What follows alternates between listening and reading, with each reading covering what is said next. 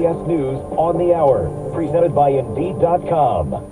I'm Steve Kathan. A brief but significant federal court appearance in Miami is just a few hours away for former President Trump. He faces 37 counts in the felony indictment in the classified documents case.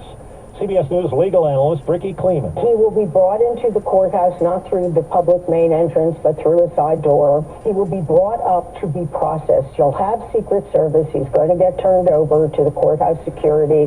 He will be printed. That's electronic. He is then considered arrested. And it's a simple process. The CBS's Scott McFarland says authorities are braced for possible protests by Trump supporters. Multiple law enforcement officials tell CBS News no credible, specific threats have been identified, but that rhetoric online is loud and has increased significantly on both sides of the political arena. But it's the former president who urged his own supporters to converge on Miami today in a social media post. The government says consumer prices rose last month, but just slightly, and the rate of inflation is easing. CBS's Sarah Ewald-Weiss. The largest drivers of monthly inflation were shelter, up 0.6%, followed by used cars and trucks, up 4.4% last month.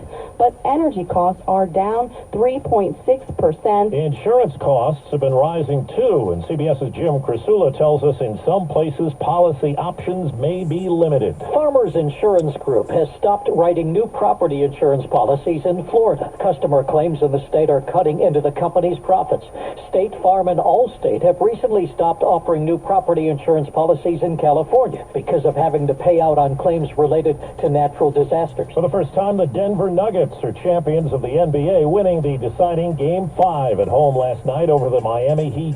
Man, I've been a fan for 20 years, man. This has been amazing. Everybody's been down to say Miami's this and that, but y'all forget, they're in it to play it to win it. We have been number one, baby. For some fans, though, the celebration turned tragic. 9 were shot and injured in a large street gathering. Police say the suspect was wounded.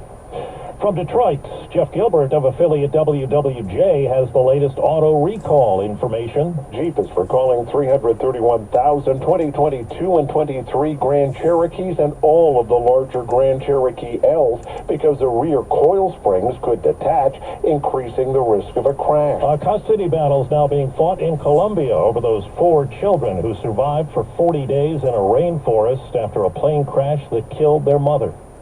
Checking Wall Street, right now the Dow is up 118 points. Well, that's today's news. I didn't hear any good news, did you? I didn't think so. I guess it's all about perspective. The glass is half full. Well, as always, I want to thank you again for coming along with me on these Dash Cam News adventures. You know the drill. Peace, love, and all that hippie jazz. Bye-bye, everybody.